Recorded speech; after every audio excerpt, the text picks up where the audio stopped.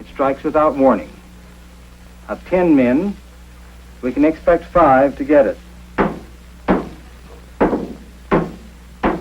But we can't say who, or when, or why.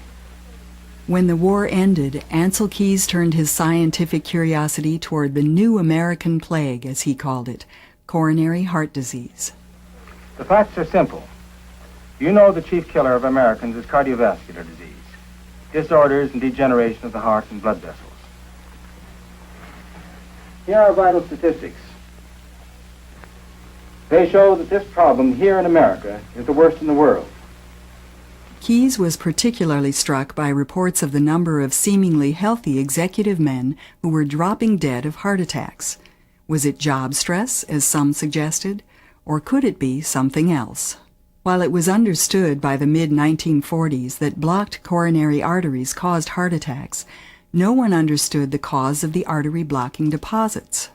Dr. Keys proposed a study that would follow a large number of apparently healthy executives for many years, comparing the characteristics of those who had heart attacks along the way with those who didn't. It was the start of Keys' search for what later would be called risk factors for heart disease.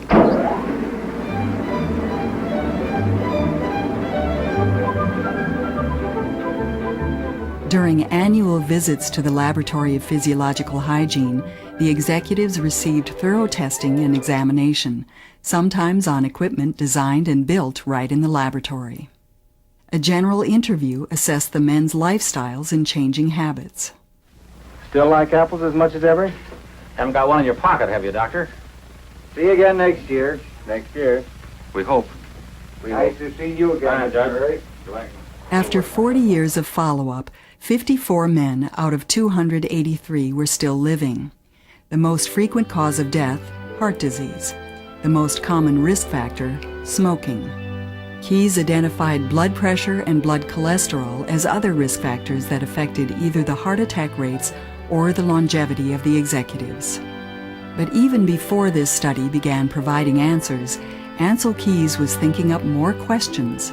This time, the research would be much larger in scope and objective. It was clear to Keys that a need was growing for a long-term, cross-cultural comparison of populations. Laboratory, clinical, and epidemiological findings all seemed to be pointing in the same direction. The time was ripe for a systematic study.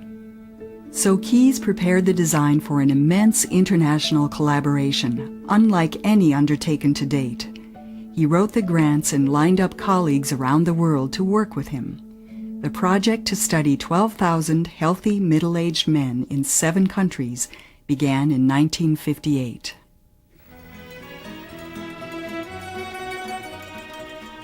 The diet in the Mediterranean countries centered on fruits and vegetables, bread and pasta, and plenty of olive oil. Meats, fish, and dairy products were used as condiments rather than as the focus of the meal. Finland was chosen for its high butterfat diet, the highest saturated fat diet of any country at the time. The Finns, in fact, were known to spread butter on their cheese. The Japanese were chosen for their remarkably low saturated fat diet.